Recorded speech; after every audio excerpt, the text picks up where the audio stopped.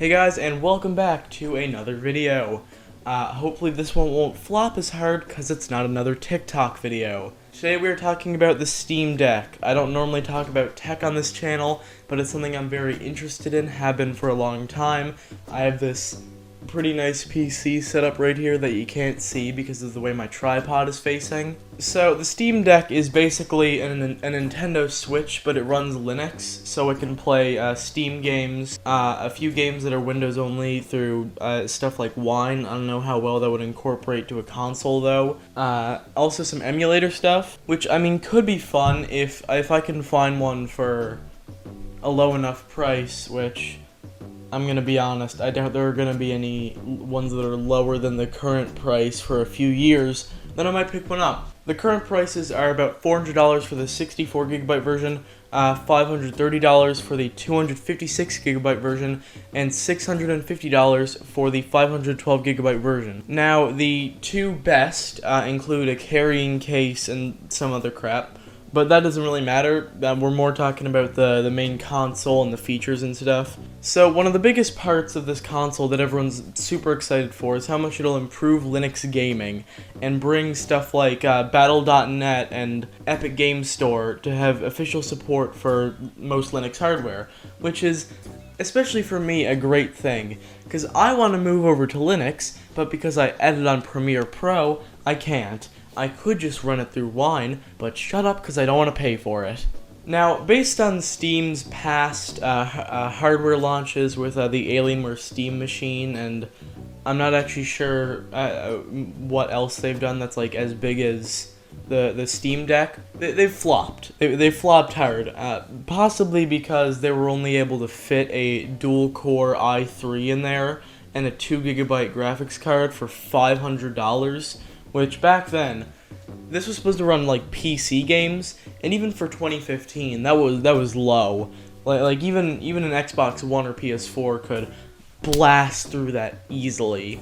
So no one really bought it unless you like desperately wanted to play Steam games on your TV. Which, if you really want to do that, just hook up a wireless keyboard and mouse and drag your PC down. I don't know, like why would you buy a Steam machine for that? But the Steam Deck takes a different approach, because a lot of PCs and laptops, or especially ones that can game, are very hard to like lug and carry around. A lot of them have kneecapped performance because it's a mobile version, so it's definitely not as good, or it won't perform as well. That might be true for the Steam Deck. I don't know, do your own research. I don't think they're using mobile parts, but they might be, so, you know, who knows. But either way, I think the Steam Deck is going to be great mainly for the tech community, because we haven't had, like, a truly mobile, like, Nintendo Switch, like, PC ever. Like, laptops, the ones with any hope of gaming are, like, the thickness of an original Xbox One, or, like, they're like that. You can't really carry that around anywhere. And if you want a light laptop, then you have to settle for integrated graphics. I mean, you might be able to play some really light emulator games, but other than that, you're kind of screwed. So the Steam Deck definitely provides opportunity for more people who are always on the go to get into gaming more, or people who want to bring Steam games over to a friend's house but don't have a laptop. Stuff like that. Plus it runs emulators, which is great. I thought SteamOS was going to be much more restrictive. I just assumed it would only be able to run Steam games, which it's not. It can run Steam games. I'm pretty sure Valve has announced it can run Epic and Battle.net games, which will, one, be great for the Linux community, and two, for just the amount of people who will want to have this. So the basic design of the console it reminds me of the Alienware UFO prototype that was announced, I think at CES 2019. It's the same basic concept, except with a more console-friendly OS instead of just full-fledged Windows 10, which I think is definitely a better approach to it, because Windows is pretty hard to control the controller, because you have the mouse, you gotta have like a full keyboard setup to do some things. So I definitely think a more console-based OS could do much better than just flat-out Windows 10. I think it's much better for the user experience. And also it puts less strain on the hardware, because Windows 10 is surprisingly hard to run for an operating system. And this is a kind of modified console Arch Linux, and Linux is already easier to run from Windows out of the gate, so kind of tooling that well so it works for a console and like a Nintendo Switch style layout will definitely bring performance up, and you won't have to have any loud fans in the system, which is probably one of the worst parts of having a PC, is the fact that whenever you're gaming, and for me specifically streaming, you can always hear just the super loud fans in the background. With this, since it's meant to be taken out in public places, it kind of eliminates that, and there's less strain on the CPU, the GPU, everything, so it's an overall win to go with a console-based Arch Linux kind of thing. Now, the pricing. So the pricing is incredibly fair, since this is probably the first thing like this. You know, this is definitely the first thing like this.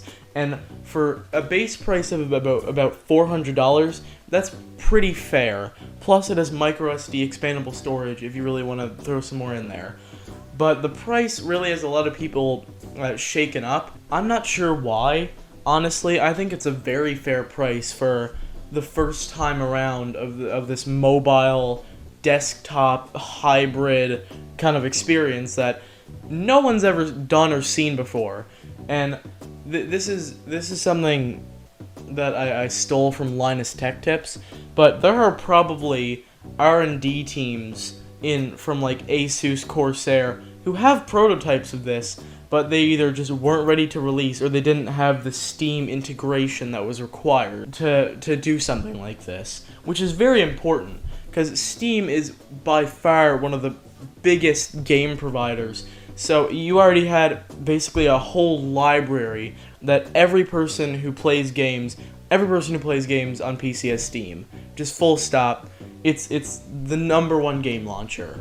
So for the company who made Steam to make a gaming handheld just kind of makes sense, instead of someone like Corsair who has experience with PCs and peripherals, but not games specifically.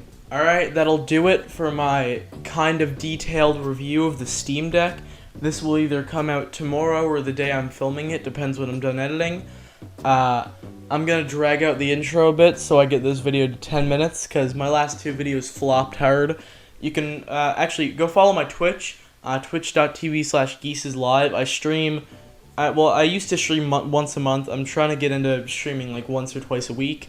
Kind of do the same thing I'm doing on YouTube, just in a longer form, and I'm playing games and talking with friends, and less formal and edited, and more just me and my friends goofing around for about 2 hours.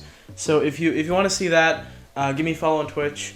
Follow me on Twitter, twitter.com/onionsmylad. I don't know why I chose that username. I think I watched Shrek and I was like, no, onions, so I made that my Twitter username. But give me a follow if you want to see my 1 a.m. tweets, or depends on what time where you are, but for me it's 1 a.m. That's when I tweet the most. So I will see you guys all in the next video, and goodbye.